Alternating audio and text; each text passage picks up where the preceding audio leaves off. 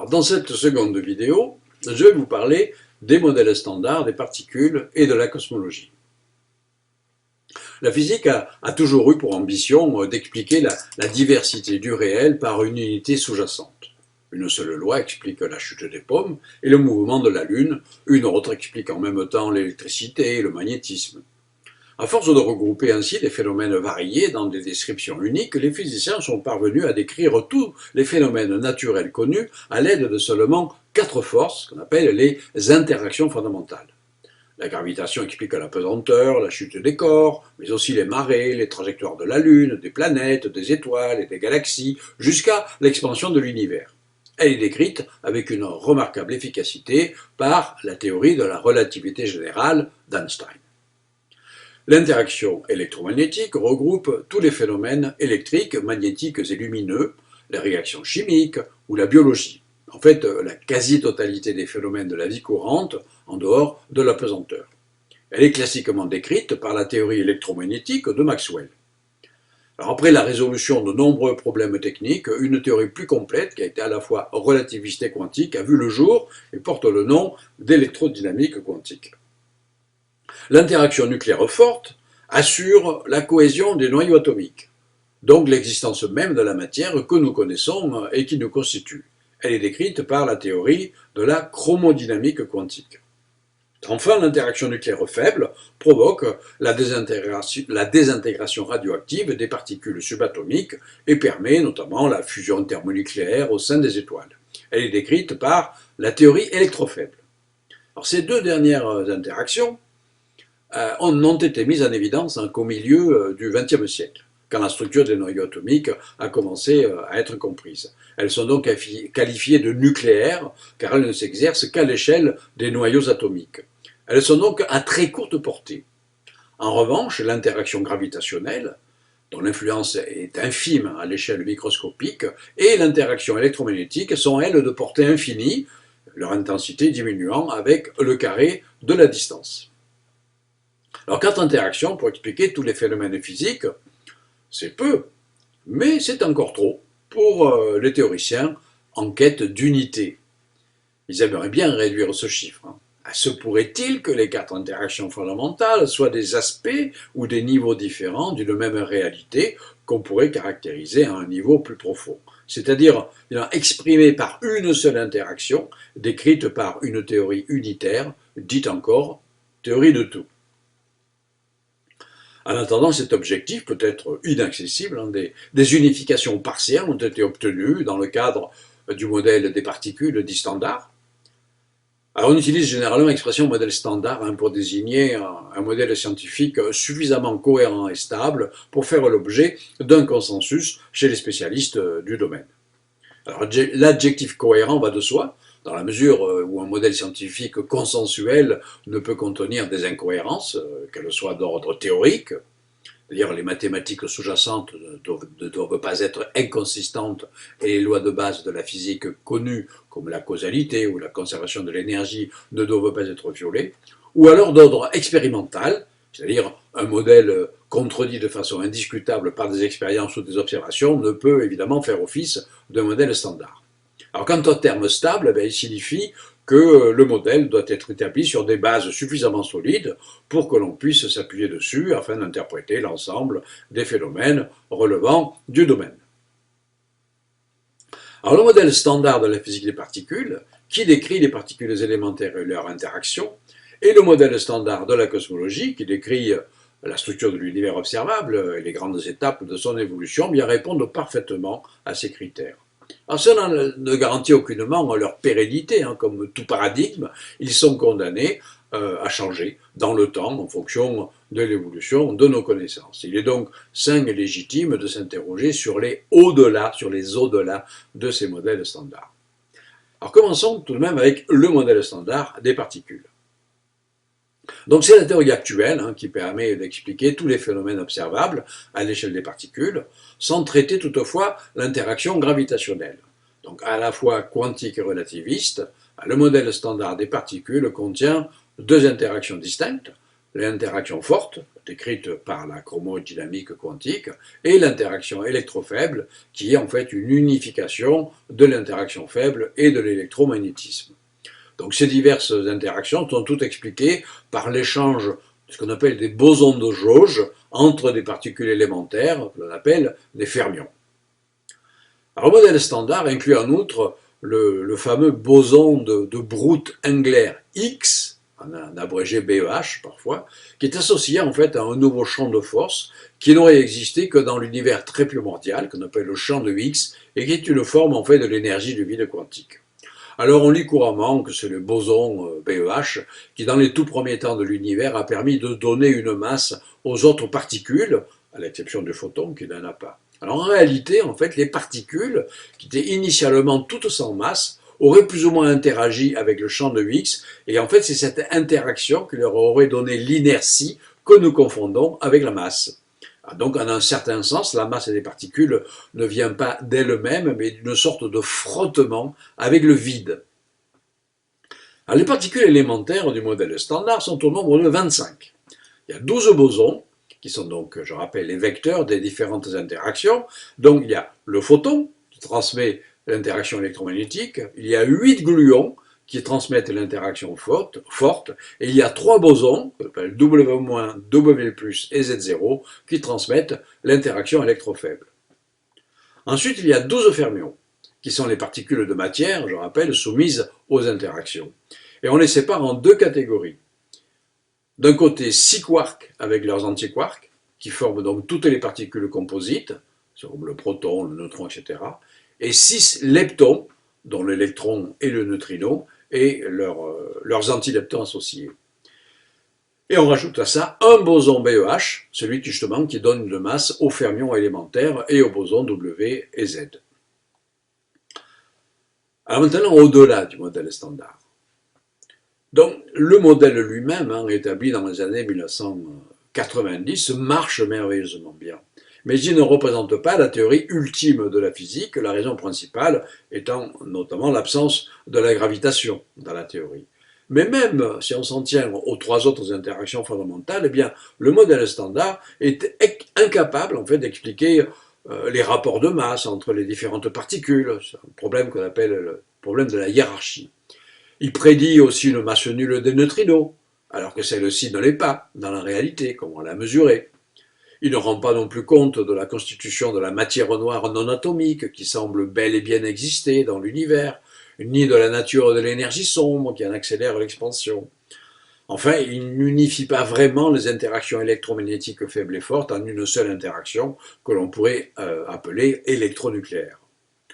À cet égard, suite au premier succès de la théorie électrofaible qui avait partiellement unifié l'électromagnétisme et la force nucléaire faible, le chemin vers cette unification plus complète semblait rapidement accessible. En effet, dès les années 1970, Sheldon Glashow et Howard Georgi ont proposé une théorie de grande unification, s'appelle GUT pour Grand Unified Theory, fondée sur un formalisme physico-mathématique commun qui était issu de la théorie quantique des champs. La prédiction principale de cette nouvelle théorie, c'était la désintégration des protons, donc en fait de la matière ordinaire qui le constitue. Alors avec une probabilité suffisamment faible pour que nous ayons encore quelques milliards d'années devant nous. Oui, mais voilà, les résultats expérimentaux se sont révélés en désaccord avec ces prédictions. Aucune désintégration de protons n'a pu être observée, ce qui assure en fait aux protons une durée de vie supérieure à 10 puissance 35 années. On a le temps. Donc la théorie de grande unification ne semble donc pas être valide. Paradoxalement, dans le cadre de la relativité générale, la gravitation n'est pas une force ou une interaction. Dans cette description, qui est purement géométrique, toute forme d'énergie courbe l'espace-temps. Les corps massifs se déplacent dans cet espace-temps sans subir de force gravitationnelle en suivant des géodésiques équivalentes aux lignes droites d'un espace sans courbure. La relativité générale n'étant pas une théorie des champs quantiques, elle ne suppose pas l'existence d'une particule médiatrice de la gravitation.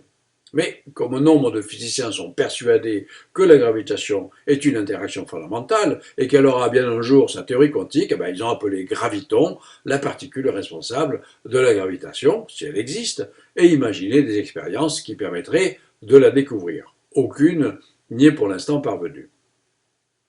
Alors pour combler ces nombreuses lacunes, les physiciens ont développé des extensions du modèle standard, comme la supersymétrie, la supergravité, les théories avec des dimensions supplémentaires d'espace-temps, la théorie de Caylus-Acklin, ou encore les modèles dits composites.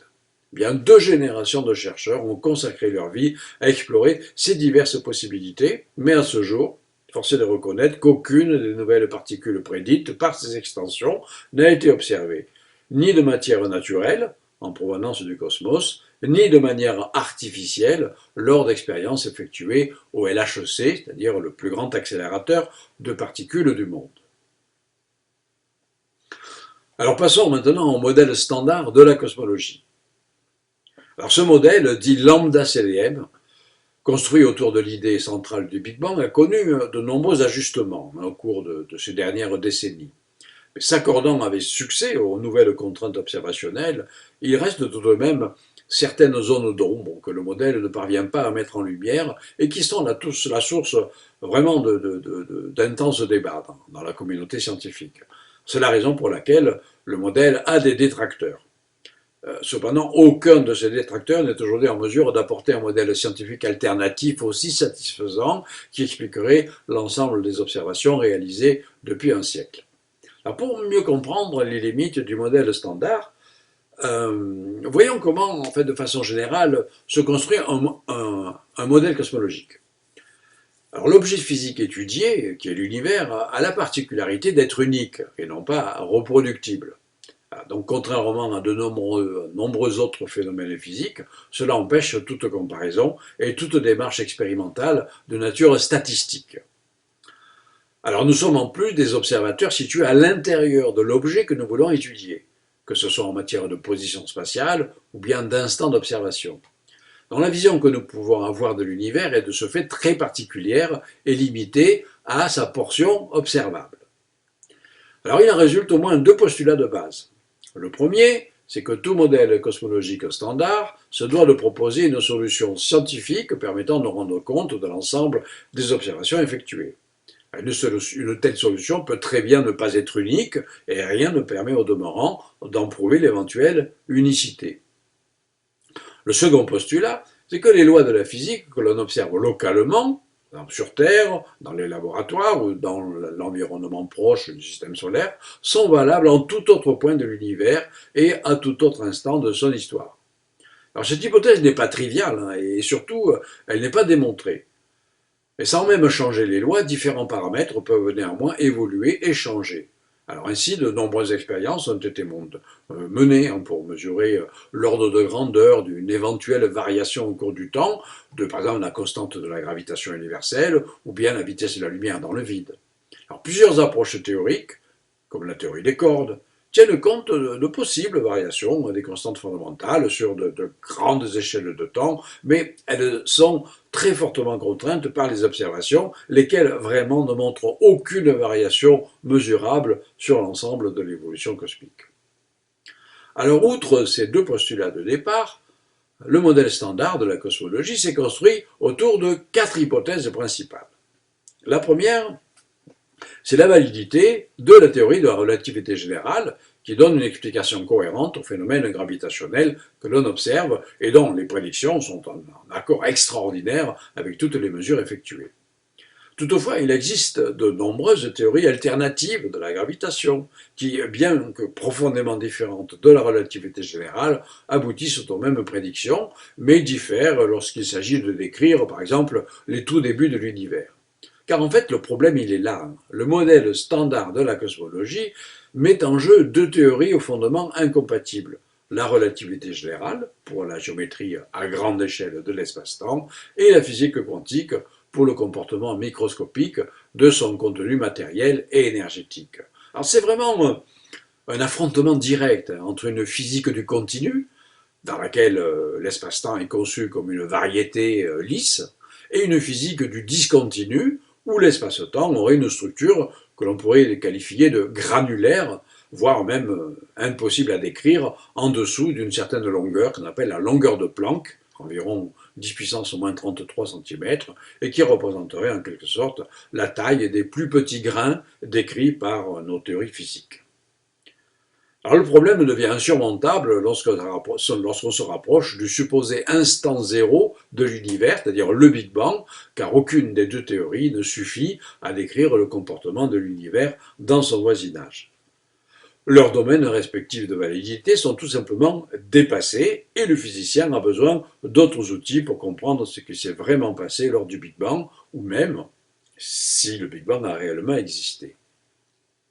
Alors, la deuxième hypothèse du modèle standard cosmologique, c'est la description qui est faite de la matière par les lois connues de la physique. Alors, par exemple, les courbes de vitesse de rotation des galaxies, la dynamique des galaxies au sein de leurs amas, la formation des grandes structures, en fait, ne sont explicables via la relativité générale que grâce à l'introduction d'une importante quantité de matière noire atomique. J'y consacrerai un long chapitre. Et de même, l'expansion accélérée de l'univers ne peut être comprise, en tout cas dans le modèle cosmologique standard, qu'en postulant l'existence d'une forme d'énergie répulsive, qu'on appelle l'énergie sombre, et qui représente actuellement en fait les 2/3 carrément du contenu énergétique total de l'univers. L'introduction de ces donc nouveaux ingrédients cosmologiques a évidemment une influence directe sur l'autre modèle standard qui est celui des particules. C'est quoi la nature de la matière noire et l'énergie sombre? Est-ce qu'il faut découvrir de nouvelles particules?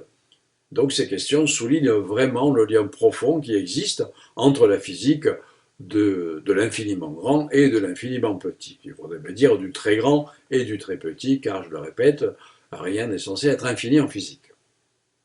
La troisième hypothèse invoque certaines propriétés de symétrie de l'espace-temps qui permettent de résoudre les équations d'Einstein de la relativité générale.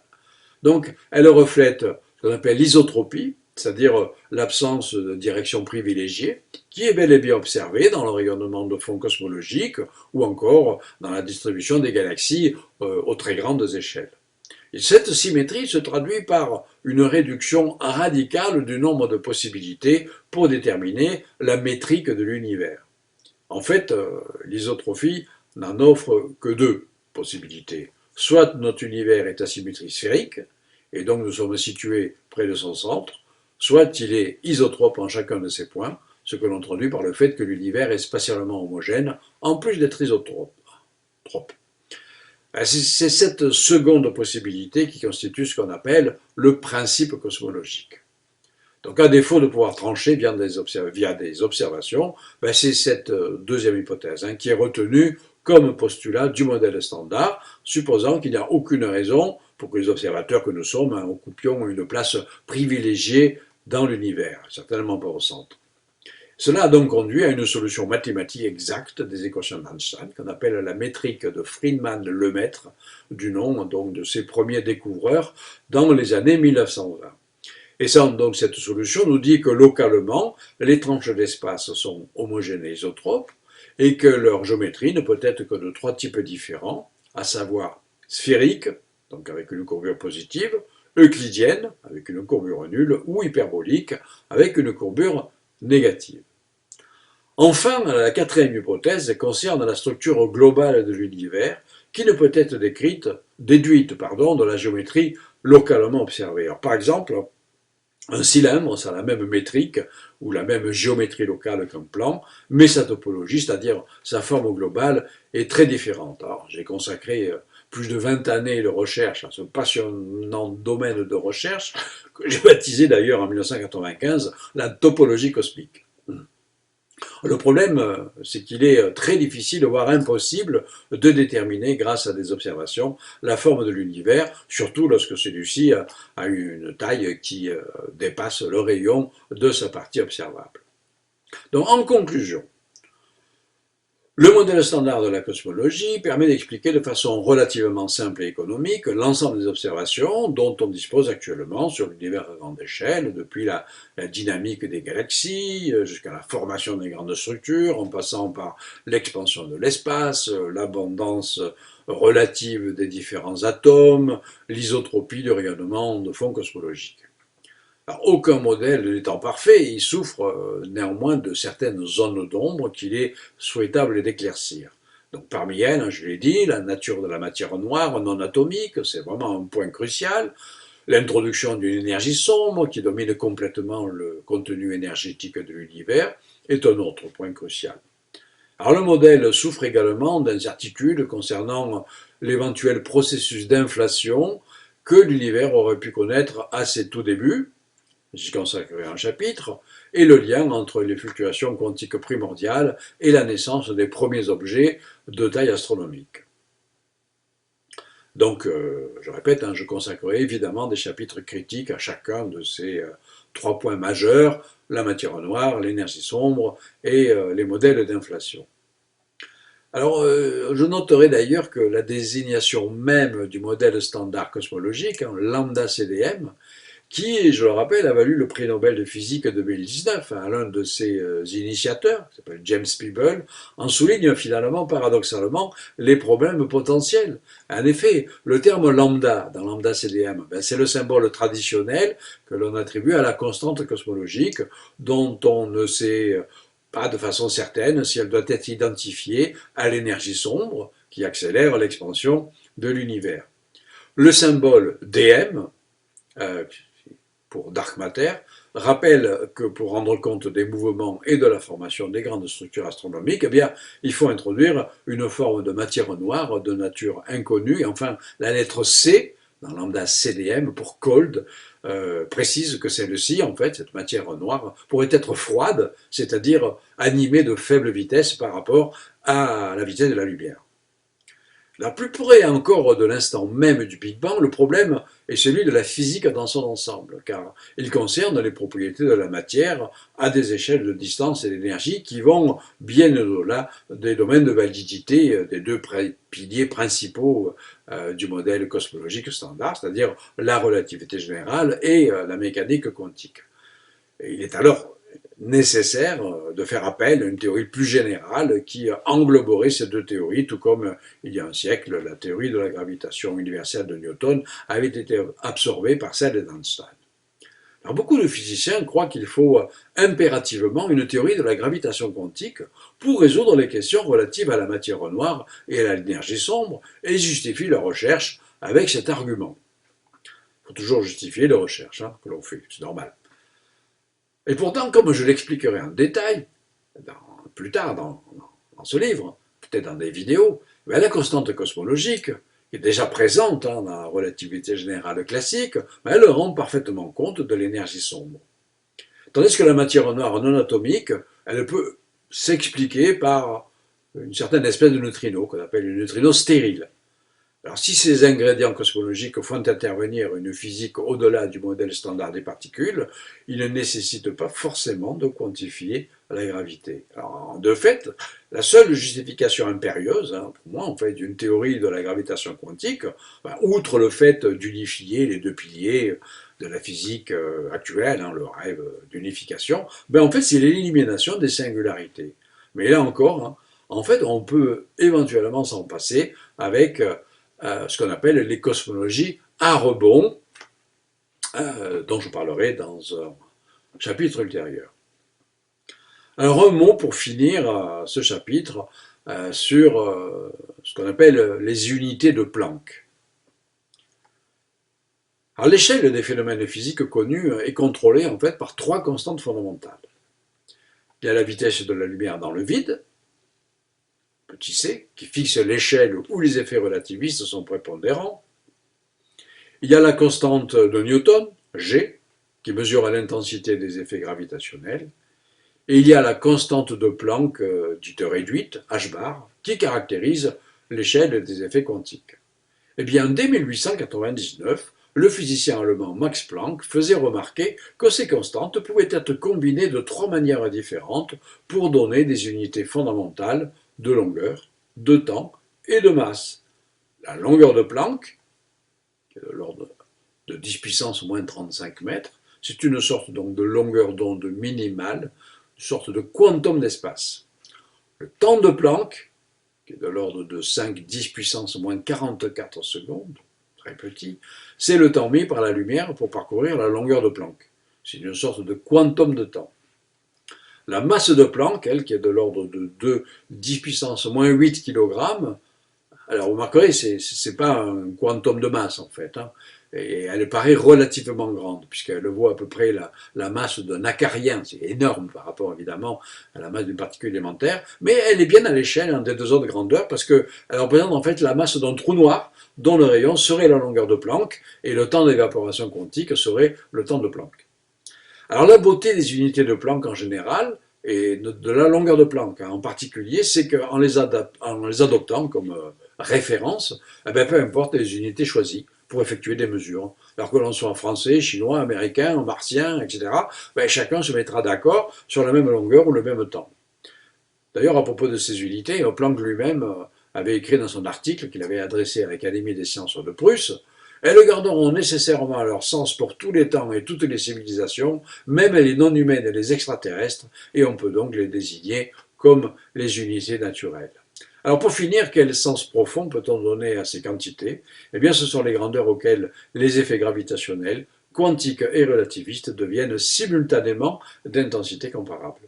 Alors, par exemple, dans les modèles de Big Bang, le temps de Planck, c'est celui durant lequel l'univers naissant devait être principalement gouverné par les effets quantiques.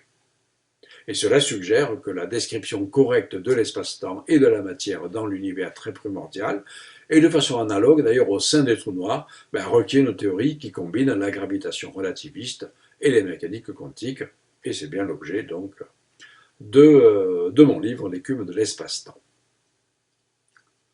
Rendez-vous pour une prochaine vidéo.